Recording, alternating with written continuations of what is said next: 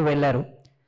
అలా మెండుగా భగవంతుని ఆశీస్సులతోటి వారు చేసిన సేవా కార్యక్రమాల వల్ల ఇప్పటికి కూడా మనము స్ఫూర్తి పొందుతూ ఈరోజు ఇలా చలనచిత్ర రూపంలో మన ముందుకు రావడం అన్నది నిజంగా చాలా స్ఫూర్తిదాయకము.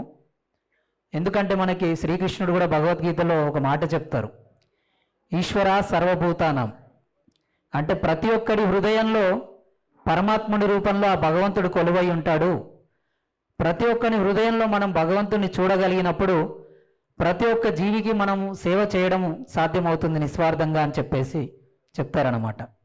సో అలాంటి డొక్కా సీతమ్మ గారి స్ఫూర్తితోటి ఈరోజు అక్కడ ఆంధ్రప్రదేశ్లో కూడా మధ్యాహ్న భోజనానికి డొక్కా సీతమ్మ మధ్యాహ్న భోజనం అని పేరు పెట్టడము, అలాగే అక్కడ ఉప ముఖ్యమంత్రి వర్యులు గౌరవనీయులు పవన్ కళ్యాణ్ గారు అక్కడ వారి స్ఫూర్తితోటి క్యాంటీన్లు పిలుపునియడంతో జనసేన అభిమానులు కానీ జనసేన కార్యకర్తలు కానీ నాయకులు కానీ వారి పేరు మీద క్యాంటీన్లు నిర్వహించడం అన్నది చాలా స్ఫూర్తిదాయకము. ఆ కార్యక్రమాలు అలాగే నిర్విరామంగా భగవంతుని దయ వల్ల కొనసాగాలి. ఆంధ్రప్రదేశ్లో కాదు, తెలంగాణలో ఇంకా అన్ని రాష్ట్రాల్లో కూడా విస్తరించాలని నేను కోరుకుంటున్నాను. మా హరే కృష్ణ ఉద్యమ సంస్థ తరపున కూడా మా ఆచార్యులు సంస్థాపక ఆచార్యులు శ్రీల ప్రభుపాదుల వారు, విశ్వగురు శ్రీల ప్రభుపాదుల వారు, వారి జీవితంలో జరిగిన ఒక ఉదంతం నేను మీతో పంచుకుంటాను సమయం ఉంటే కొంచెం. సో ఇస్కాన్ సంస్థాపక ఆచార్యులు శ్రీల ప్రభుపాదుల వారు ఒకసారి వారి కలకత్తా మందిరంలో వారి ఆఫీస్లో ఉన్నప్పుడు కిటికీ దగ్గరికి వచ్చినప్పుడు వారి దృష్టిలో ఒక హృదయ విదాయకర గాథ ఇన్సిడెంట్ వారి నోటీస్లో పడుతుందన్నమాట.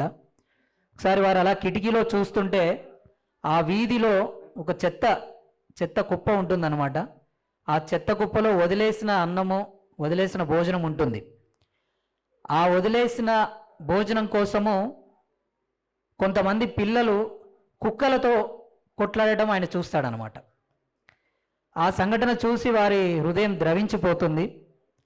వెంటనే వారి శిష్యుల్ని పిలిపించి ఇప్పటి నుంచి మన ఇస్కాన్ మందిరానికి 10 కిలోమీటర్ల దూరంలో ఎవరు కూడా ఆకలితోటి పడుకోవద్దు అని చెప్పేసి చెప్పడం జరుగుతుందన్నమాట. ఆ స్ఫూర్తితోటి అనేక కార్యక్రమాలు ఈరోజు అక్షయ పాత్ర ద్వారా దేశవ్యాప్తంగా మరి భారత ప్రభుత్వము రాష్ట్ర ప్రభుత్వాలతో సంయుక్తంగా మధ్యాహ్న భోజన కార్యక్రమాలు నిర్వహించే భాగ్యాన్ని మాకు భగవంతుడు ప్రసాదించాడు. ఇక్కడ ఏషియాలోనే లార్జెస్ట్ కిచెన్ కందీలో మేము నిర్వహిస్తున్నాం.